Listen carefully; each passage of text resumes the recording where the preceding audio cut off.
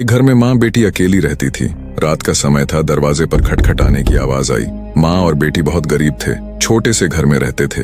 बेटी ने दरवाजा खोला तो वहां पर कोई नहीं था, लेकिन नीचे एक चिट्ठी पड़ी हुई थी। बेटी ने चिट्ठी खोलकर पढ़ा तो डर से हाथ कांपने लगे। वो जोर से चिल्लाई, माँ इधर आओ। चिट्ठी में लिखा था, बेटी मैं तुम्हारे घर आऊंगा, तुमसे और तुम्हारी माँ से मिलने के लिए। और नाम की जगह नीचे लिखा था, भगवान। माँ ने कहा, ये शायद हमारी गली के किसी लड़के ने तुम्हें छेड़ने के लिए बहुत ही गंदी शरारत की है। लेकिन बेटी को माँ की बात पर यकीन नहीं हो रहा था। बेटी बोली, माँ पता नहीं क्यों मुझे यह सच लग रहा है। जैसे तैसे माँ को मना कर बेटी और माँ दोनों भगवान के स्वागत की तैयारी में लग गए। घर भले ही छोटा सा था, लेकिन दिल बहुत अमीर था। घर पर एक चटाई मेहमानों के लिए थी, निकाल कर बिछा दी। और रसोई घर में जाकर देखा तो खाने का एक दाना नहीं था। बेटी और माँ दोनों गहरी सोच में पड़ गए कि यदि सच में भगवान आ गए तो खाने में कुछ नहीं दे पाएंगे। आगे पीछे का कुछ नहीं सोचा और बचत के जो 300 रुपए बेटी के पास थे, पैसे लेकर वे दोनों छाता और कंबल लेकर किराने की दुकान के लिए निकल पड़े। बारिश होने वाली थी और ठंड भी बहुत ज्यादा थी।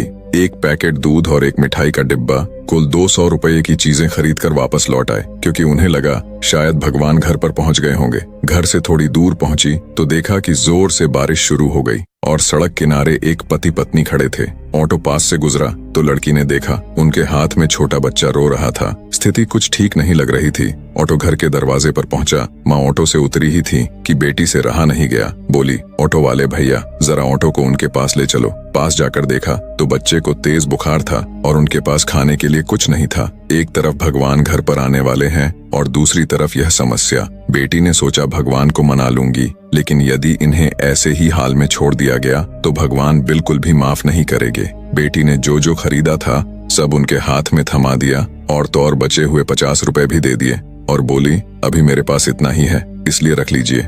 बारिश हो रही थी तो छाता भी दे दिया और बच्चे को ठंड न लगे इसलिए कंबल भी दे दिया। वहां से फटाफट घर पहुंची, यह सोचकर कि भगवान आ गए होंगे। लेकिन दरवाजे पर माँ खड़ी थी। बोली, आने में इतनी देर क्यों लगा दी बेटी?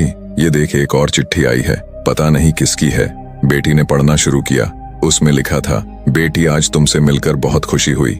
पहले से दुबली हो गई हो लेकिन आज भी उतनी ही सुंदर हो। मिठाई बहुत अच्छी थी और तुम्हारे दिए हुए कंबल से बहुत आराम मिला। छाता देने के लिए धन्यवाद बेटी, अगली बार मिलते ही लौटा दूंगा। बेटी के तो होश उड़ गए। निशब्द होकर पीछे मुड़कर सड़क किनारे देखा तो वहां कोई नहीं था। चिट्ठी में आगे लिखा था, इधर उधर मत ढूंढो मुझे, मैं तो कण कण में हूँ। जहाँ पवित्र सोच हो मैं हर उस मन में हूँ। यदि कोई जरूरतमंद दिखे तो मैं उस हर जरूरतमंद में हूँ। बेटी जोर से रो पड़ी और रोते रोते माँ को सब बताया। दोनों बहुत ही भावुक हो गए और पूरी रात सो नहीं पाए। दोस्तों, अब आप सभी से एक प्रश्न है, ये बेटी सच में गरीब थी क्या? जरा सोचिए और अपने दिल से इस सवाल का जवाब दीजिएगा, क्योंकि व्यक्ति मरने के बाद अपने साथ पैसे नहीं बल्कि कर्म लेकर जाता है। और जरूरी नहीं कि हर पैसे वाला व्यक्ति अच्छे कर्म लेकर